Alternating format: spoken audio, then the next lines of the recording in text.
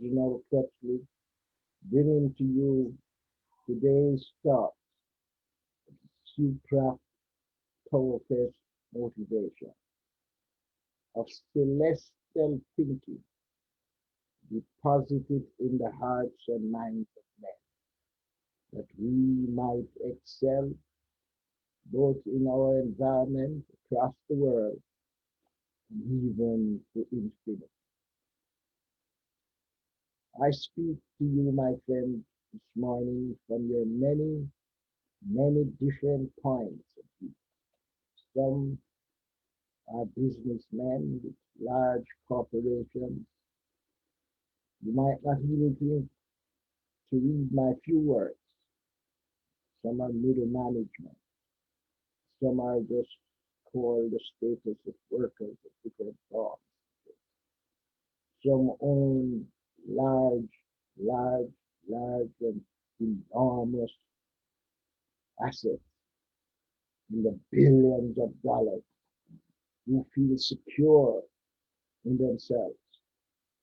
Some are struggling at the other point with debts, cannot meet their daily food. Some are professionals who have given themselves to studying the heart of their skills that they might earn respect from others and be paid for it. It's all this variance and Lily. They are all people. We must never lose the consciousness that this flesh that we dwell in is a temporary house.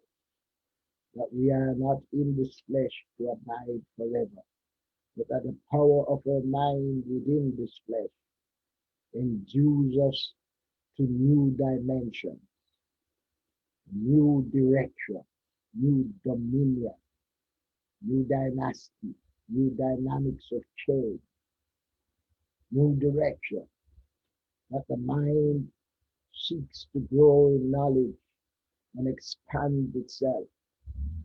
But we are a question that we as humans, no matter how well off we are or how poor, have got to face the possibility of dying, of ceasing to exist in this terra firma, where we can communicate with one another, stay along with our loved ones, and share the pleasures of this life. We know that. So there is a little book called the Bible that tells us prepare to meet our God. It tells us that after we have ceased from this life, that we must stand before God to give an account of the things which was happening in this body. Some believe and some don't. But whether we believe or not, we cannot change this fact that we have seen happening in the earth.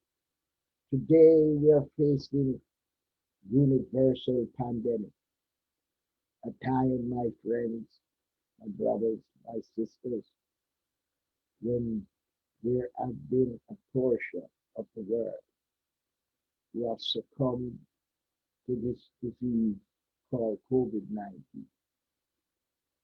COVID-19 has taken the lives of over 1 million people in our earth. It has plagued our worrisome thoughts and caused anxiety and pressure. It has broken up homes, caused cities to be dislocated. Our industries and corporations have slowed down. The business of life has not been as before. Many streets are empty. The schools are straining to remain at home and be taught. The places where men used to go, where games were played, competition raged, men were able to let go their frustration and shouting has been shut down. We look at our television today and we see the empty stadium. We know the empty theaters. We know the rebellion that it caused in men who feel that this is unwise, leaders who envisage calmer future and encourage men to stay at home and on making legal aspect that it must happen. So we live in a divided, upheaved society with sorrows and pain and compassion, being faced in death and confusion, spamming in many places.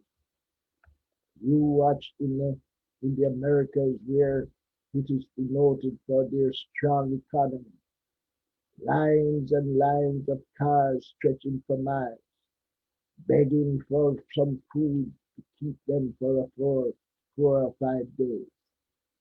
Change in other places, in France, Apiva, Belarus, all over Italy, all over Europe, slowing down, people being tested positive.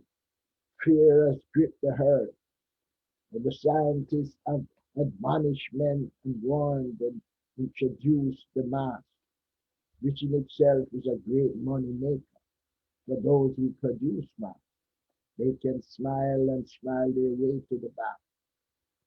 Though our world is, as it were, at a standstill, it's time, my friend, for us to consider carefully whether or not we can overcome this pandemic as an individual because it is a challenge to each person. May the Lord of heaven bless and keep you as you pursue the seeking of peace that comes through salvation in the name of the Lord Jesus Christ, as written in the Bible. Blessing for your day.